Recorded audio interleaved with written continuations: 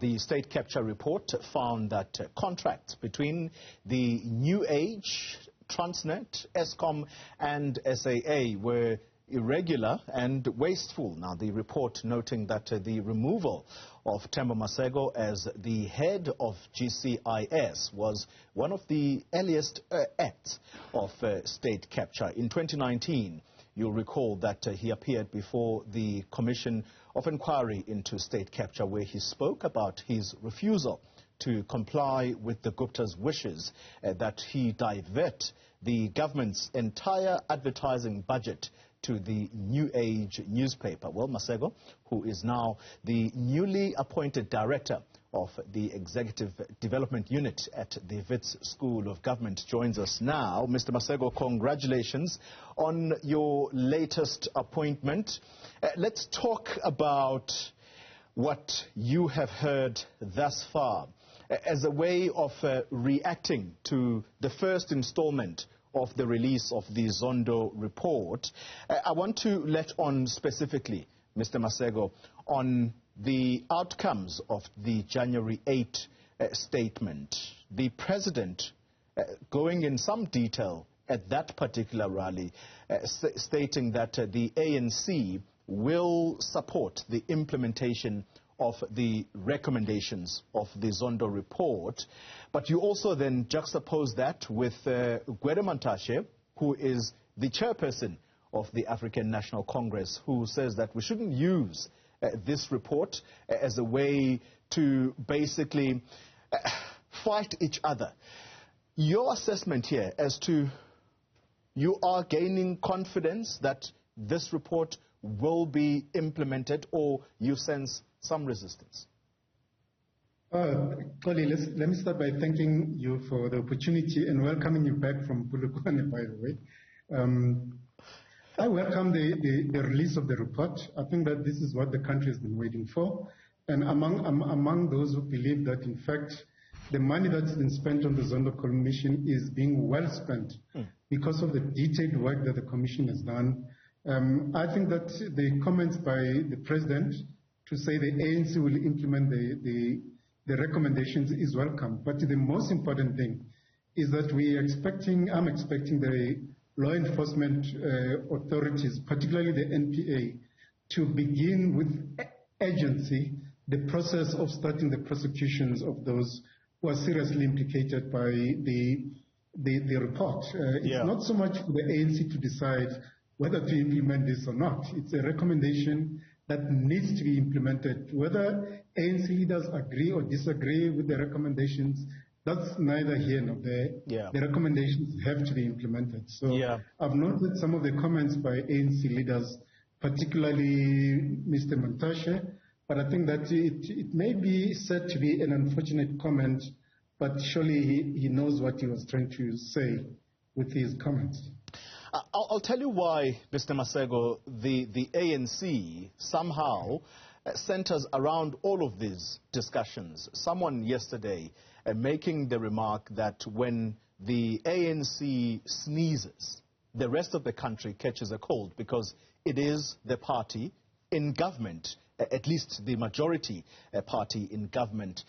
And that goes, therefore, some detail in explaining why there will be worries from many quarters in South Africa that when there are disagreements about the implementation of these recommendations, particularly from within the ANC, that is unlikely to find expression in government and in agencies of government, as you put it now, the NPA, some describing it as quite weak, while itself says we don't have enough resources, we need more money, we need more personnel.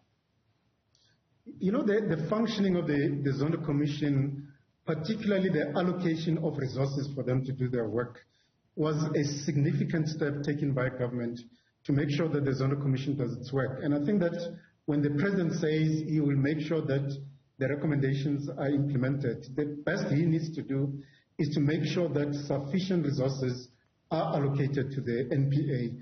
Whether the ANC decides to act against its members within the party, for example, whether people should step aside or not, that's for the ANC to decide.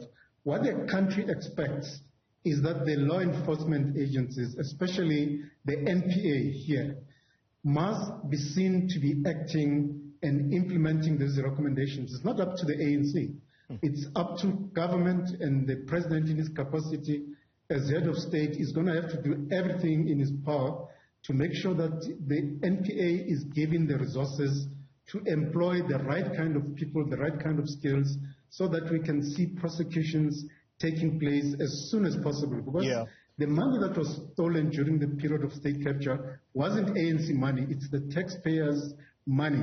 Yeah. So that is why the taxpayers... Can I quickly interject there?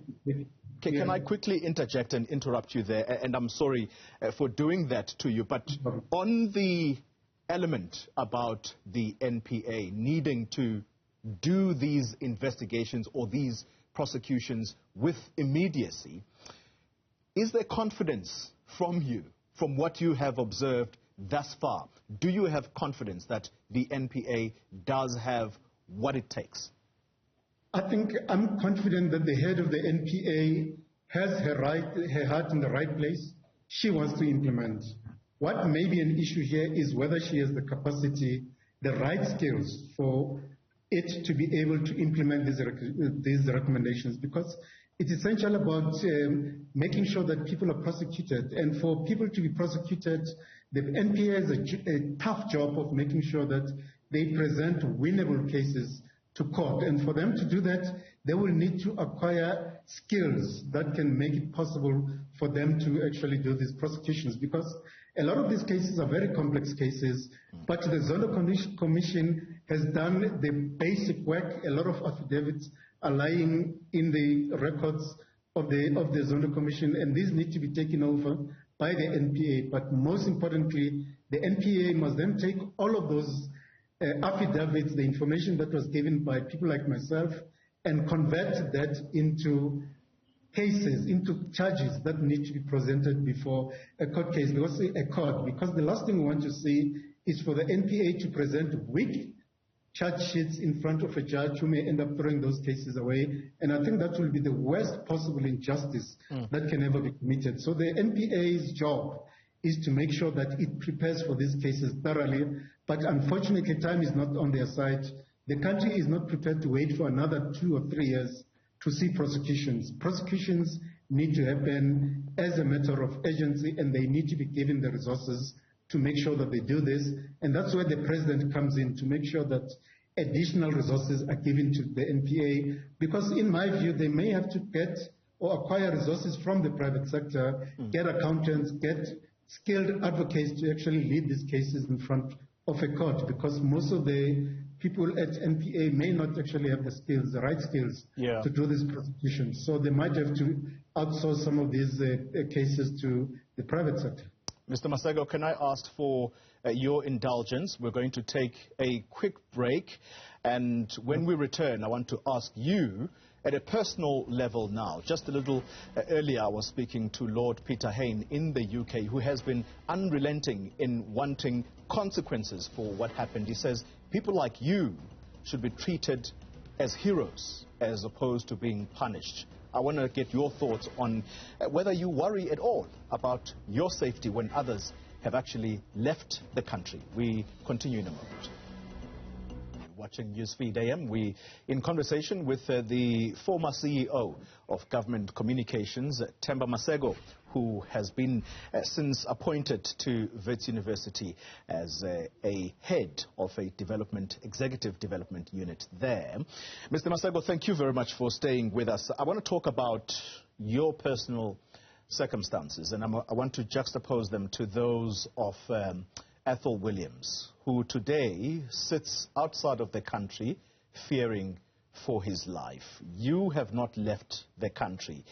Was there any time since your revelations to the State Capture Commission of Inquiry, but perhaps even going back to the process that actually failed cataclysmically at the ANC level, when they said, we would like to also encourage you to come to us. We're trying to mount our own investigations here. You were the only witness that was willing to come forward and give that information. Was there at any point in your life where you felt that your life was threatened and you possibly contemplated leaving the country? Colin, I think it's very unfortunate that we have to discuss this matter at a time when we believe we live in a constitutional state. But the issue of security is indeed an important issue that all of us need to worry about, especially whistleblowers. I'm encouraged by the fact that the President has acknowledged the role that whistleblowers have played in terms of exposing this corruption that we've come to know as state capture. Personally, I've had to worry about my own security, and I've had to take special precautions. But at no stage did I consider or contemplate leaving the country, and I'm not going to do so. I will continue to live in this country, protecting and defending this democracy.